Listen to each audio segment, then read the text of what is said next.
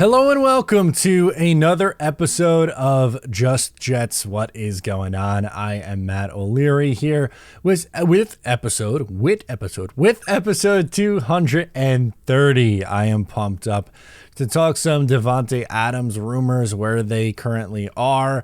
The Jets apparently tried to hire Arthur Smith. And of course, we'll get into your voicemails. Guys, if you don't know, Talking Jets is coming back soon, baby. Next week, training camp begins. Talking Jets will be back, as well as a good time to plug the Talking Jets group outing. We are going as a group to Jets Broncos for week 4 of the NFL season. Get your all-inclusive ticket, which includes a tailgate with Tailgate Joe. He just dropped that it's going to be the Oktoberfest tailgate. So your ticket, all-inclusive ticket, includes that, your ticket to the game, and you get to go on the field after the game, and we're going to get to take a group picture together. Really looking forward to it. I think it's going to be an absolute blast.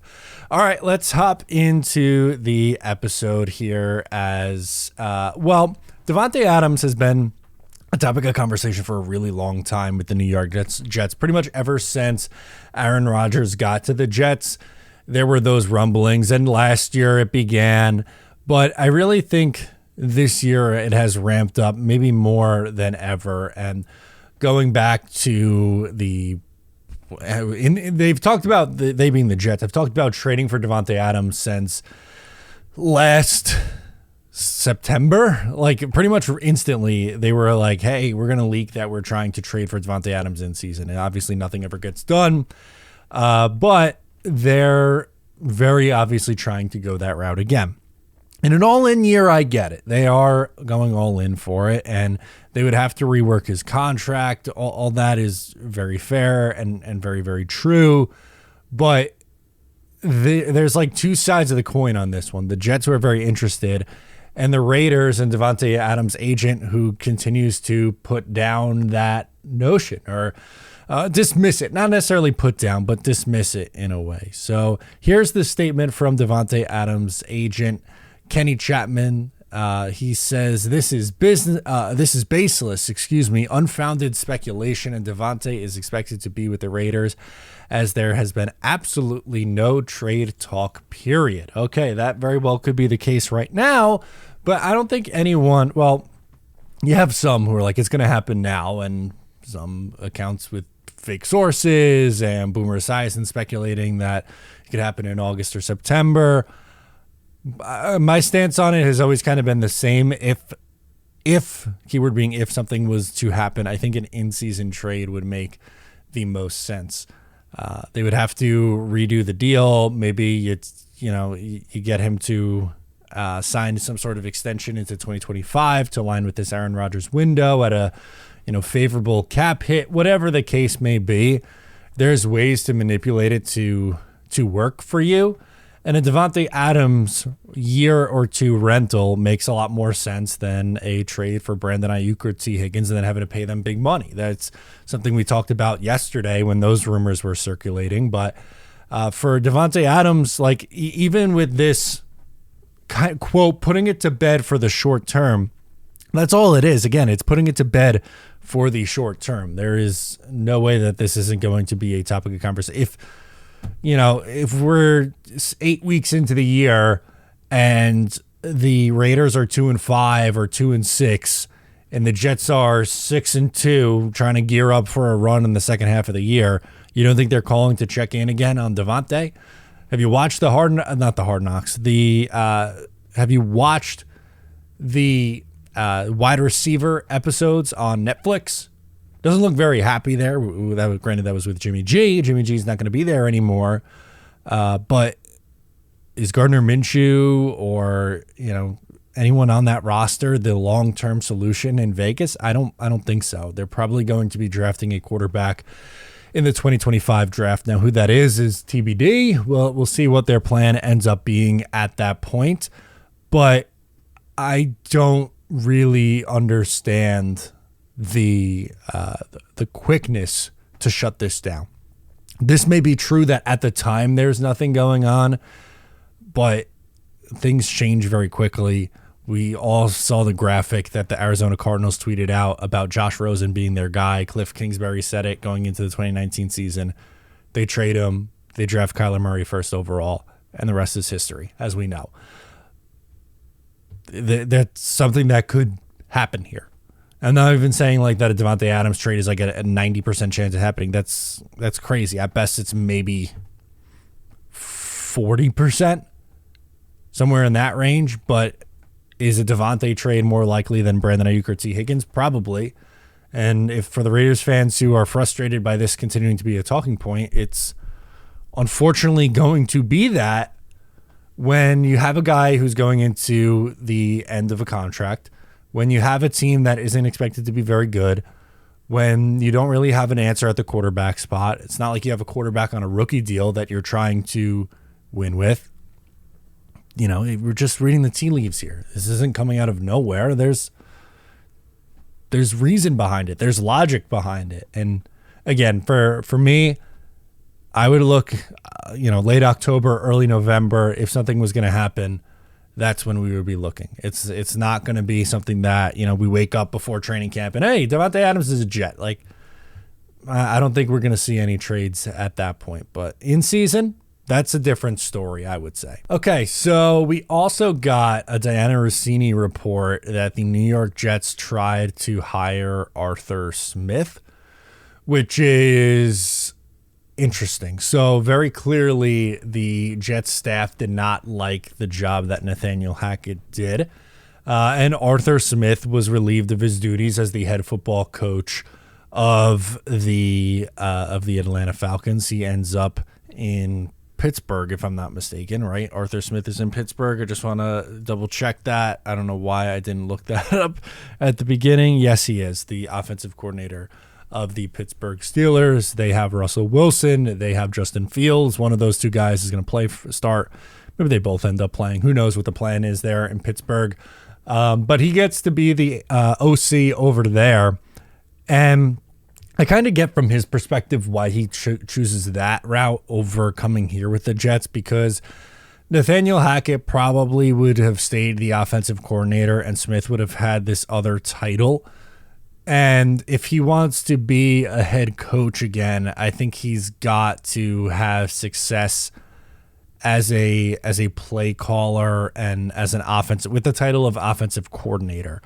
Unfortunately, for the Jets side of things, they were in this spot where Hackett was going to stay no matter what.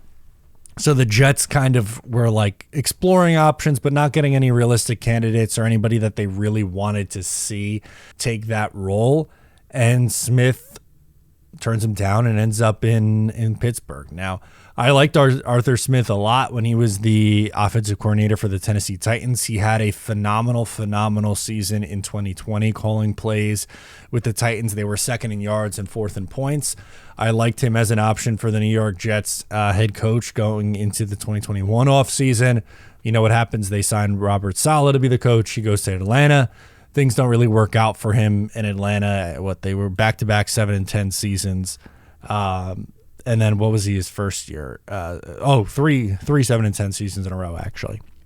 So not great. And when you look at the offensive production, 29th, 24th, 17th in yards, 26th, 15th, and 26th.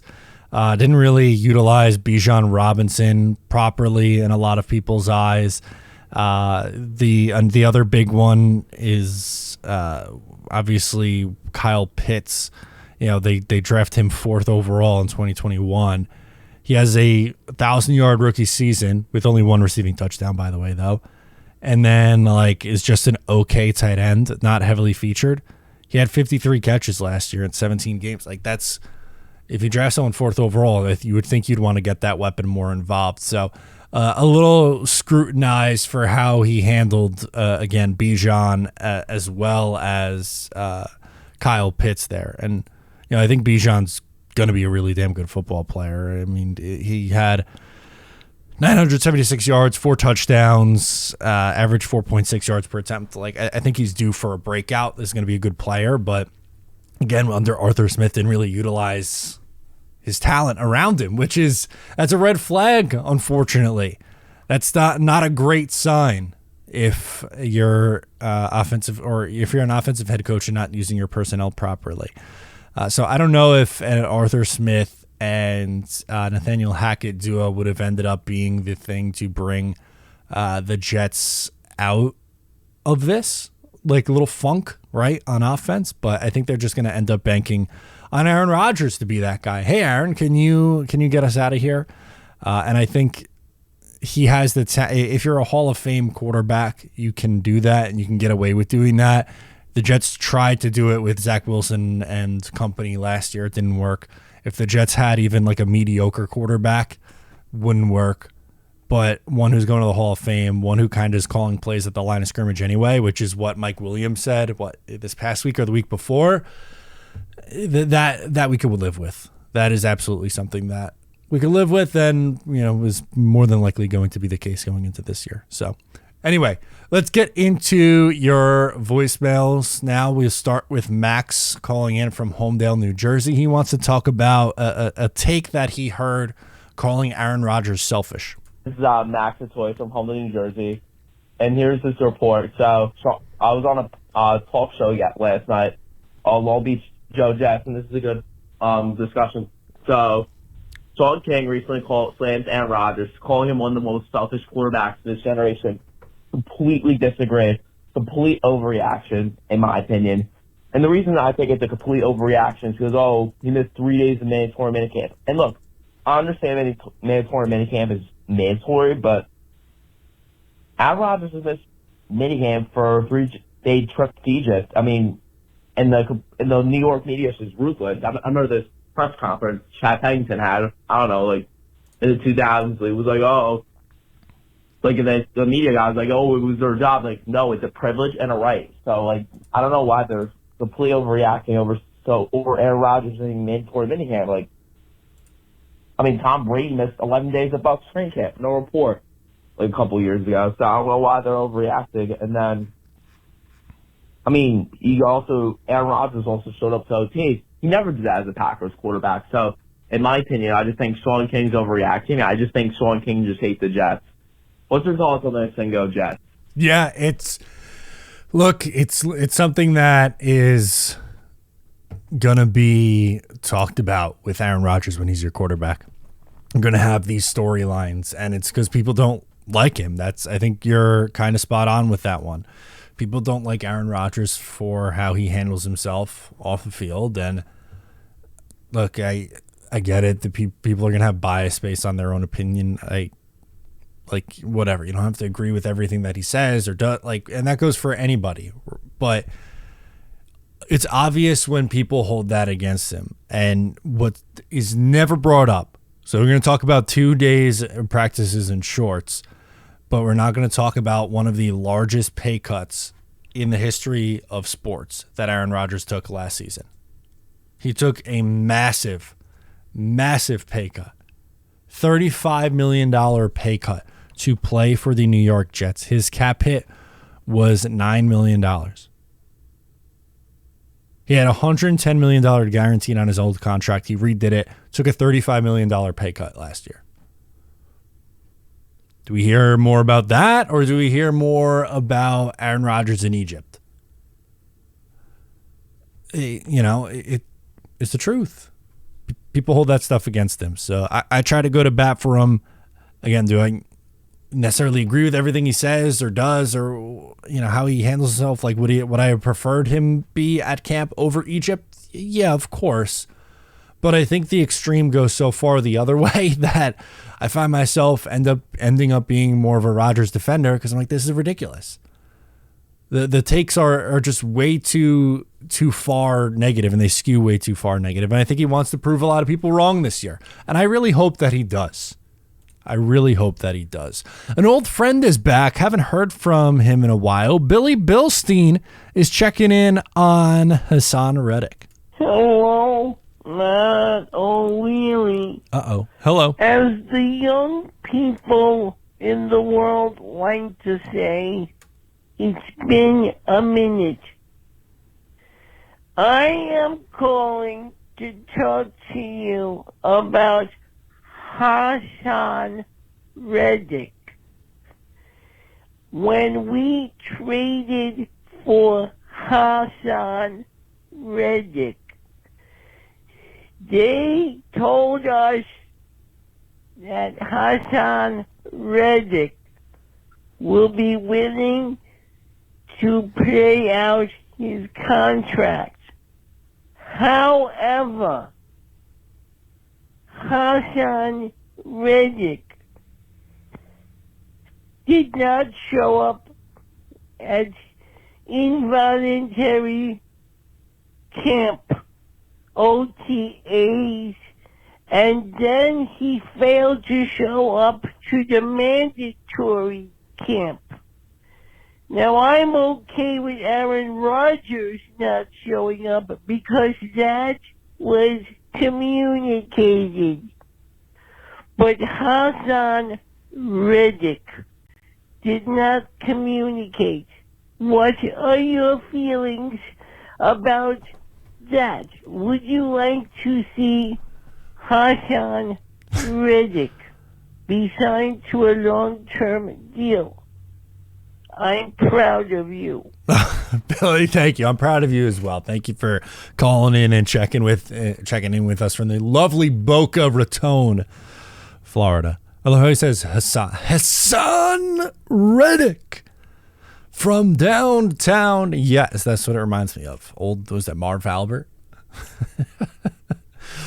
Not a long-term deal. No, I in my perfect world, you have him here for the 2-year run this year and next year. I don't think he is someone that you want to sign to like a 4-year extension right now. At his age, I think he's got a couple good years left in the tank. Utilize that. You pay him while he's here, and then when guys are going to start making big money who are on their rookie deals right now, he's gone. That's how I would handle it. Jermaine Johnson's going to have to get paid. Will McDonald's going to have to eventually get paid. 2 years of Hassan Reddick. Like, what's it going to take? He's at $15 million right now. Would he do 2 for 50, 2 for 48, somewhere in that range, with an AAV around $24 to $25 million? Look at a Daniil Hunter kind of comparison. I think that's the route that you'd have to go for Hassan Reddick. And I understand the difference too. Like Aaron Rodgers communicated it, and Reddick not obviously bothers Billy, and it bothers a lot of Jet fans, and I understand it. Let's go to Peter from the beautiful Hudson Valley. Hey, Matt. Hey, it's Peter from the beautiful Hudson Valley calling in this week to say hello, as we're just about ready to ramp up for training camp and start to get into the meat and potatoes of things, see training camp battles and injury updates and contract updates for players, getting Malachi Corley signed, and maybe getting Hassan Reddick all squared away and things like that. But before that happens, there's still probably a few things to get through in the Jets off season. One that starts this Sunday that I'm very interested in, that I wanted to discuss a little bit this week. I'm sure you've seen some of the promos for it. One Jets Drive, the great film series from the Jets, is going to do Origins starting this Sunday, the 21st, with Jermaine Johnson. And also this week, I think on Thursday, is Garrett Wilson's episode, 8 o'clock on YouTube for both. I don't know if they're all the episodes are this week at 8 o'clock on YouTube when it starts on Sunday or not, but I know Jeremy Ruckert is another one that's going to be done. Looking forward to all of it, because back when One Jets Drive started, when Sam Darnold was drafted, Bowles was the coach, they actually did a lot of player profiles on those episodes back then that they've slowly gotten away from over time. So it's nice to see that coming back into play, even if this is a little more long-term, as to how these players got into football from, middle school to high school to college and now to the pros and everything. So it's going to be great to see that, and these guys who hopefully will be with the Jets for a while, and what, led them to this team, and, where they play each position and so on. So I'm looking forward to that start Sunday. Looking forward to, obviously, your new studio as you transition from your old house to the new one with your fiance. And good luck with all of that. And I just wanted your thoughts on Origins, and if you're looking forward to it as well. And as always, go Jets. Thank you so much, Peter. Let's start with the Origins. I am very excited to see those behind the scene looks. I think, well, first, the Jets social media team and content team produce such amazing videos, and they do really high quality work, and the Jets have a lot of high quality people on this roster that I want to know more about. Garrett Wilson seems like such a great young kid. Same with Sauce and Brees and all those guys, and I want to know more about them. Selfishly, the one that I want to see the most is Jeremy Ruckert. And for me, why I want to see that one is Jeremy Ruckert the best player on the New York Jets? No, but he's the one that I relate to the most because he grew up on Long Island as a Jet fan. Like me. Granted, he's significantly better at football than I ever was. I did not play football at a very competitive level. That was not my game. I was a baseball player growing up. But I played catch with my dad, and I would play with my cousins and my sister. We throw the football around, and I'd pretend that I'm making catches for the Jets and catching touchdown passes for the Jets. So to like I said, relate to that in a way. Again, granted, I never played at a level as high as he did, or anywhere close to the same skill set. But everyone who grows up a fan, I'm sure you play pretend like you're catching a pass in the end zone for your favorite team, and he gets to do that for a living now. Like, that's just so unbelievable. What a story. That one again just hits the closest to home for me. So shout out Jeremy Ruckert. Shout out Lindenhurst. Going to be a great one. I can't wait to watch all those. And thank you for the kind words. Want to shout out, if you saw the video yesterday, I mentioned it, but I'll mention it again here. Crossfire, who's always in our comments, big in the New York Jets YouTube community, was at the house yesterday. But yeah, by the time this is coming out, yesterday, to do some work and helping me get ready, because in a few short days, I'm going to be ready to be moved in there. So much appreciated. Thanks again, Crossfire. We close with PG, who has some thoughts on Javon Kinlaw. Who has some thoughts on Javon Kinlaw. Sorry, I cut my own self off. Hello, Matt O'Leary. It's PG from Long Island here. How are you? First of all, congratulations on your new home. Thank you. I know moving is a pain in the neck, but always exciting to move into that first house that you purchase. And I wish you and your fiance good luck and congratulations on that. Hope everything goes well. Second thing, I want to push back on Trevor's phone call from last week. He said he thinks that Javon Kinlaw is a candidate to have an underachieving season. I disagree. You kind of agreed with it, but I disagree. I think that, first of all, he was a number one pick, or first round pick, I should say. Had a good rookie season. He got injured in 21 and 22. Had a good season last year, especially at the end of the season came on. So with this Jets defensive coaching staff, I know I'm critical of Saleh, but the Jets defensive coaching staff does a great job of putting these players in the right position to succeed. And the attack mode is going to help him. And then, really, more to the point, the fact that he's lining up next to Quinnen Williams. Anybody who lines up next to Quinnen Williams does better. So I really think that he's going to have a overachieving year, as opposed to underachieving. Second thing I want to say is I heard a bunch of podcasts recently talking about the running back room and how they think that Brees Hall is going to get about 80% of the snaps, which probably deservingly so. He is a stud, but here's what I think. I think that the Jets, with their schedule, are going to have 4, 5, maybe 6 blowouts. And in those games, middle of the third quarter, fourth quarter, they're going to keep Hall on the sideline and let Brandon Allen and Isaiah Davis, the two stud first round, rookie picks, I should say, pound the ball and rest Hall for the for the season and really for his career. Keep him healthy. So I don't know about Kent Beatty. I think it's going to be closer to between 60 and 70, depending on how it goes. But anyway, I want to get your thoughts on that. And as always, Matt O'Leary, go Jets. PG, I appreciate you. Thank you for calling in and checking in and for the kind words on the move. Let's go with Javon Kinlaw. I get what you're saying on Kinlaw, and I think you can make a case for the other side of it like you did there. Playing next to Quinnen Williams is going to help. Playing in a system that benefits pass rushing is going to help. That kind of fits in with the player that he is a little bit more. The coaching staff helps. Like, there is a strong case to make for him, Javon Kinlaw, having a better year this year.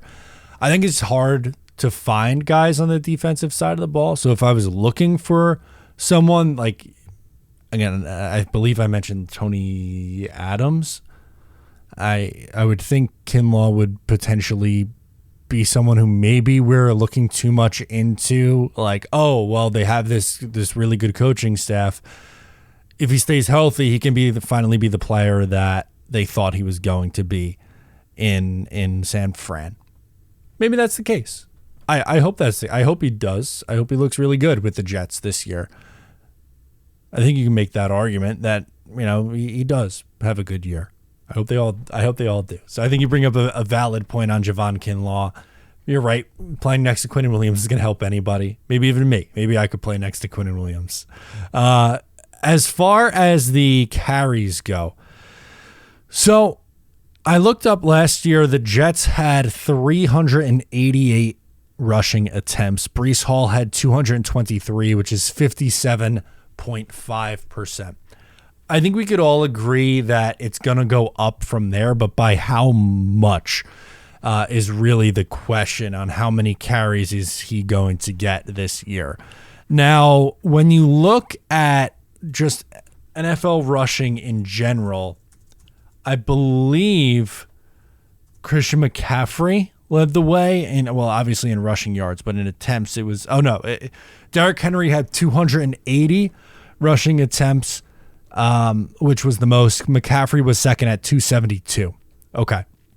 So 280 is the highest amount. Granted, Breece Hall was at 223, which I think is low for him.